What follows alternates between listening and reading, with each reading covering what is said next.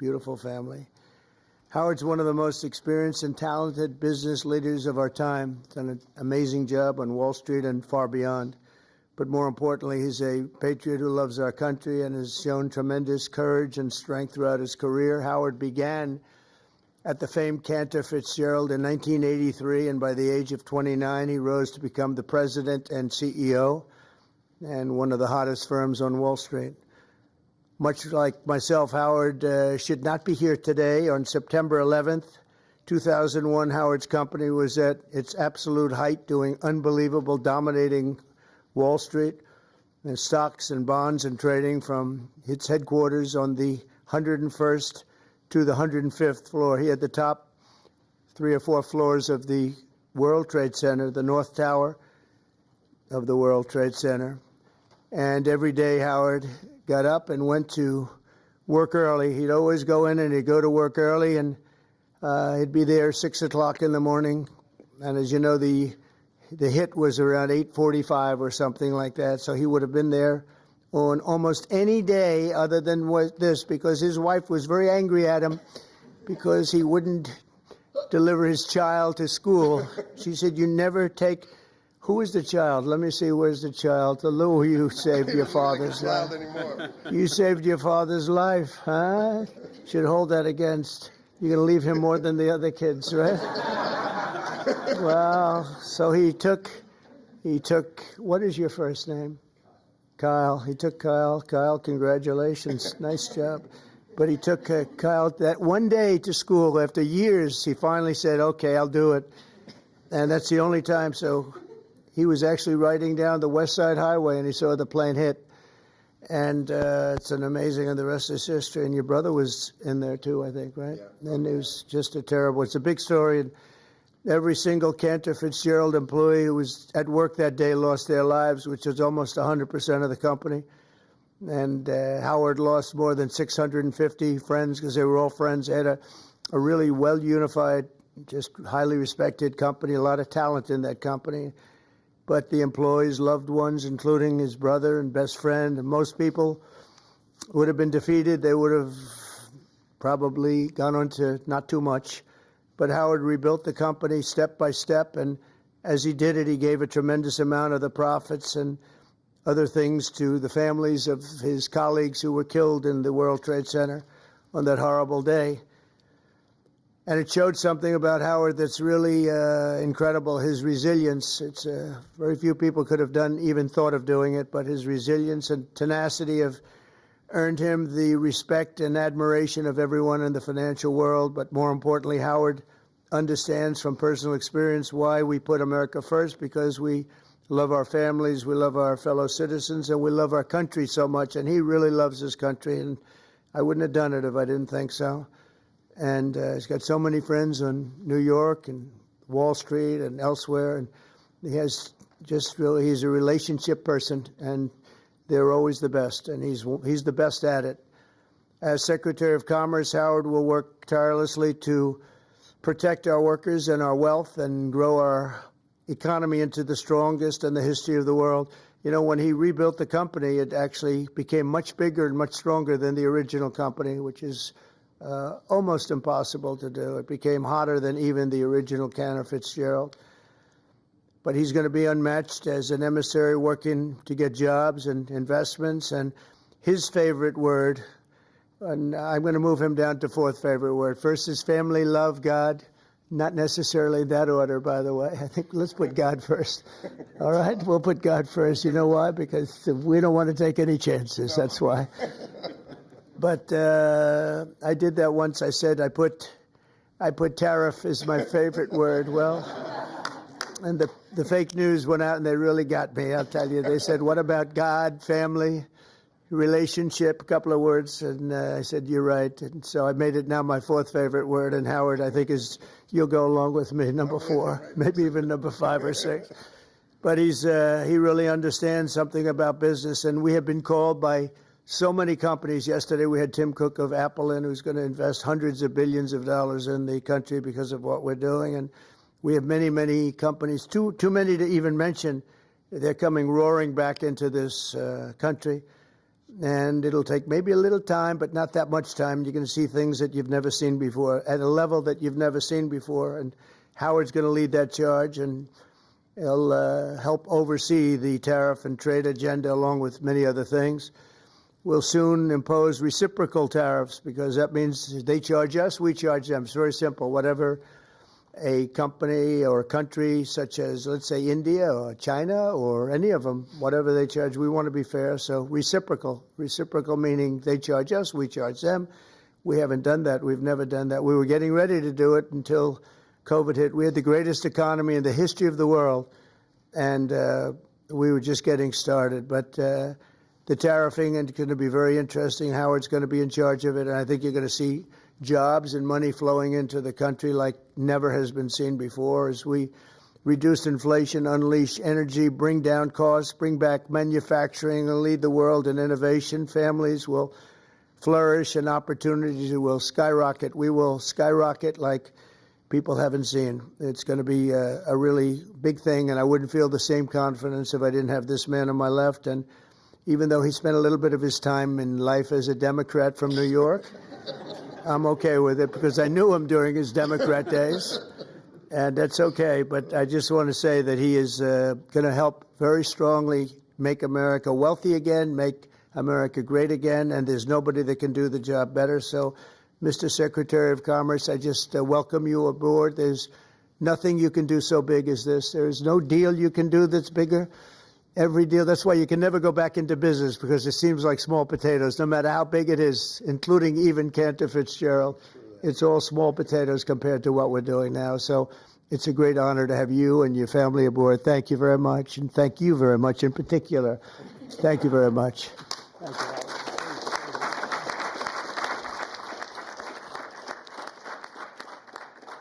So, first, I'd like to thank you, President Trump. It is the greatest honor to work for you, to be with you, to carry your name, your leadership, and your flag throughout the world.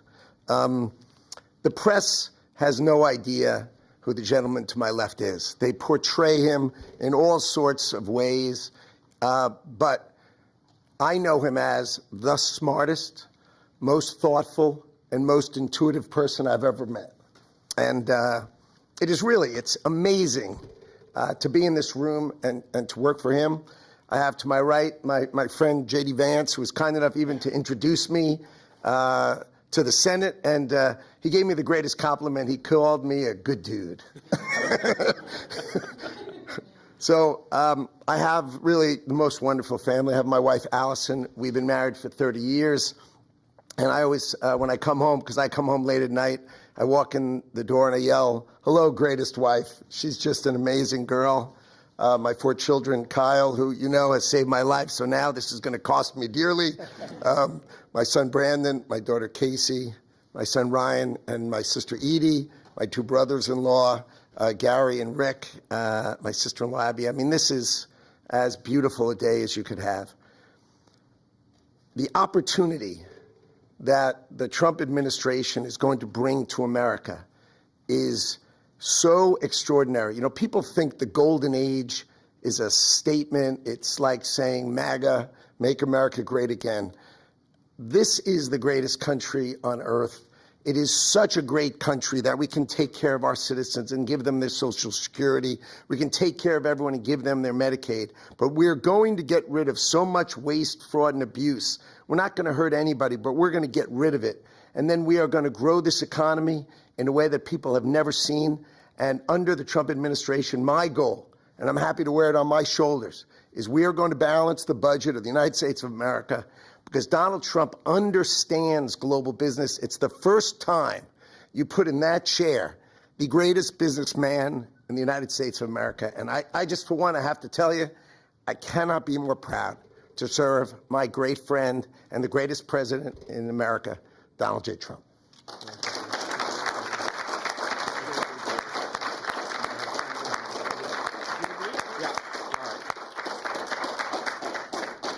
So now we get to swear Howard in. Now we need the actual. We need to sign the commission first. Sign the commission first, okay, Mr. President. We're going to sign the commission first. I can't swear him in, I guess, until you sign the commission. Yes, sir.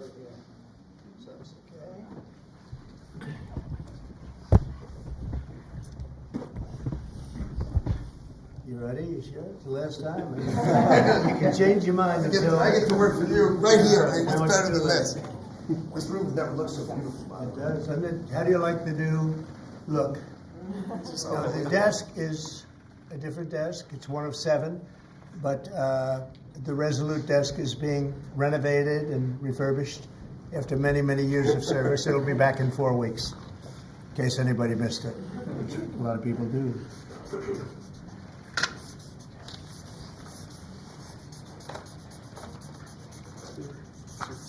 Okay, Howard, you're in.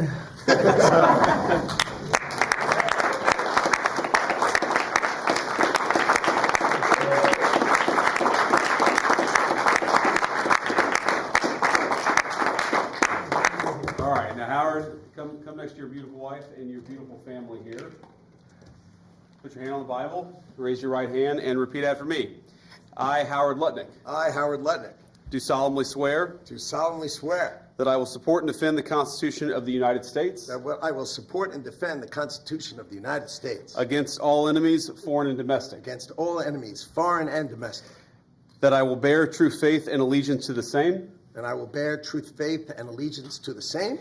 that I take this obligation freely I will take this obligation freely, without any mental reservation without any mental reservation or purpose of evasion, or purpose of evasion, and that I will well and faithfully discharge and I will well and faithfully discharge the duties of the office on which I am about to enter. the duties of the office of which I am about to enter. So help you God. So help me God. Congratulations, Mr. Secretary.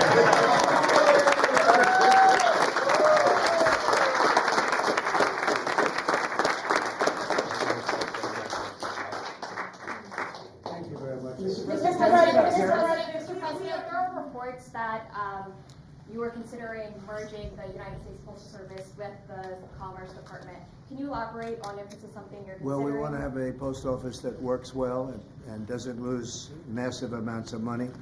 And we're thinking about doing that, and it'll be a form of a merger, but it'll remain the Postal Service, and I think it'll operate a lot better than it has been over the years. It's been just a tremendous loser for this country. Tremendous amounts of money are being lost, and we think we can do something that'll be very good and keep it a very similar way, but whether it's a merger or just using some of the very talented people that we have elsewhere so it doesn't lose so much. It's losing a tremendous amount of money. Mr.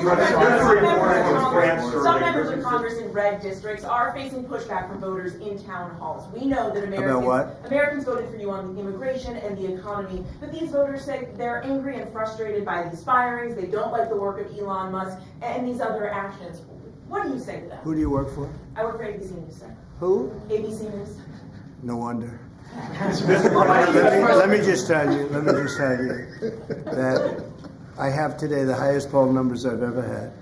I have today the highest poll numbers of any Republican president ever. We haven't even checked the Democrats, but that's what I was just told.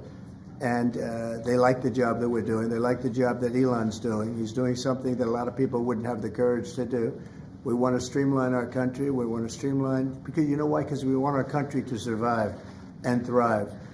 And we're finding billions and billions of dollars of waste, fraud, and abuse. Billions, and I mean numbers like you wouldn't believe, and we haven't even started yet.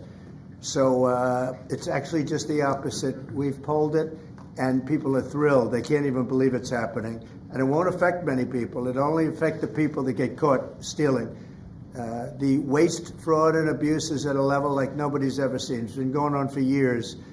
And all you have to do is look at the Social Security rolls, look at some of the things, look at where the money is going. The Attorney General's looking into something, environmental protection, $20 billion, and it's out and out fraud. So I think the people are very happy. Yes, please. Mr. President, I want to ask you about this week, the Secretary spent 4 hours with the European Union trade representative. The European Union has signaled that they would lower tariffs and do a trade deal with the United States. Yeah, the European Union wants to come back. They've treated us very badly, and the European Union wants to lower their tariffs because of the fact we were paying a fortune of tariffs. We couldn't sell a car there. We couldn't sell our farm products there. They wouldn't take anything. Now all of a sudden they're being very nice, and that's going to happen with a lot of others too. The European Union is wanting to lower its barriers at very low levels. They want to now bring their car number, which was extremely high, down to 2.5%, which is the same thing that we charge. That's reciprocal. See, that's what is happening, reciprocal. And I think it's a big start in the right direction with the European Union. Mr. President, there are reports that you called President Zelensky of Ukraine a dictator. Do you think that President Putin of Russia is also a dictator? I think that President Putin and President Zelensky are going to have to get together because you know what? We want to stop killing millions of people. You have young soldiers being killed. If you saw the pictures that I saw of the battlefield from satellite, you've never seen any pictures like that.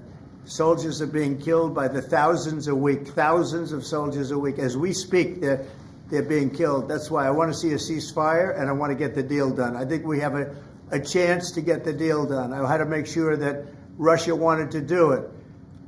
It's a war that would have never happened if I was president, but it did happen. So I got stuck with it, and I want to stop people from being killed. You know, it doesn't affect the United States very much. It's on the other side of the ocean. It does affect Europe, and we've put in 3 times more money. We're in for $300 billion. They're in for $100 billion. And, you know, Europe is also doing it in the form of a loan. Biden just gave them money. There was no loan. There was no security. There was no anything. So we're going to either sign a deal or there's going to be a lot of problems with them. So we're going to sign a deal to get security because we have to do that. We're spending our treasure. They're spending their blood. They are. And they're very brave and, you know, in every way you can imagine. But we are spending our treasure on a country that's very, very far away. And it's okay, but we have to be treated the same as Europe is being treated. Europe gets their money back. Europe is basically giving nothing because they get it back in the form of a loan, and it's a guaranteed loan. We don't get our money back, and we're losing. I mean, we don't want to do that anymore. So we're signing an agreement, hopefully in the next fairly short period of time, that will assure us that we'll get $400 or $500 billion back. We're in there for $300 billion. Now, one other thing. Europe is at 100. We're at 300. We think it has to equalize. In other words, they have to come up with more money because it has a big effect in Europe. It doesn't have much of an effect on us because we have a big, beautiful ocean in between. But it does affect. And Biden should have never gotten us into this mess. We had an incompetent president who got us into a mess. But we're going to get you out of it. The same thing in the Middle East. We're going to have some good news in the Middle East. What happened yesterday, the sight of those babies was not acceptable to anybody. Nobody's seen anything like it. Mr. President, are you going to Moscow? There's a report out of France that you're going to Moscow on May 9th. No, I'm to not. join President Putin. I'm not. And then if I could, sir, just ask you about Kash Patel, who's going to be sworn in as soon as your FBI director. Talk to us about your reaction to him getting sworn in and the fact that many agents across the country are concerned that they will be fired en masse for simply just doing their jobs. No, I think the agents are very happy about Kash. In fact, the agents led the charge for Kash. One of the reasons I loved Kash and wanted to put him in is because of the respect the agents had for him. I think he'll go down as the best ever at that position. And it turned out he was very easy to get approved. You know, I was not sure. He's a tough guy, strong guy. He has his opinions, and I wasn't sure. He turned out to be he went very smoothly. I don't know if he's in the room now. He's going to be in the room very shortly. Where is he? Oh, good. I'm saying the right thing. I have to be careful. I can't speak too badly about him. I better be careful. I will say this about Kash, and Howard understands this. One of the reasons that I wanted him is because the agents love this guy, and they respect this guy, and this is what they wanted. And even somebody like Trey Gowdy, who's a very good guy, but known as somewhat of a moderate person, he came out with a statement that was so incredible. He said, Kash is an incredible person. People don't realize it. When he said that, there was no doubt left. It was really a big statement made by somebody that's respected and on the moderate side. And I will tell you, I think cash is going to go down as maybe the best ever when it's all said and done. So I'm glad he's willing to do it. Thank you, Cash. Cook, a little bit more. You talked Say about. what? Could you speak a little bit more about your meeting with Tim Cook? You said that he was going to invest hundreds of billions of dollars. There's specific projects that he spoke to you about. And All like over what the were country, those? all over the country. He's going to start building, and he doesn't want to pay tariffs, and he's going to start building. But very big numbers. You have to speak to him. I assume they're going to announce it at some point. But very big numbers. He was here yesterday. I met with him at length, and Apple is coming here with tremendous dollars. They're going to be spending a lot of money in the United States, more than they've ever spent by a factor of probably 10. Did you were reporting that you were signing a memo later to counter digital service taxes? Well, will you speak? I mean, what are you doing? Reading it?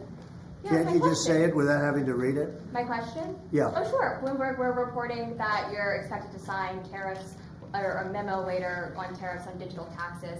Is there any idea how high you might go with We are going to those be tariffs? doing that. Digital, what they're doing to us in other countries is terrible with digital. So we'll be announcing that. Are we signing it maybe today? Today. And we'll talk about that in a little while. You'll be here.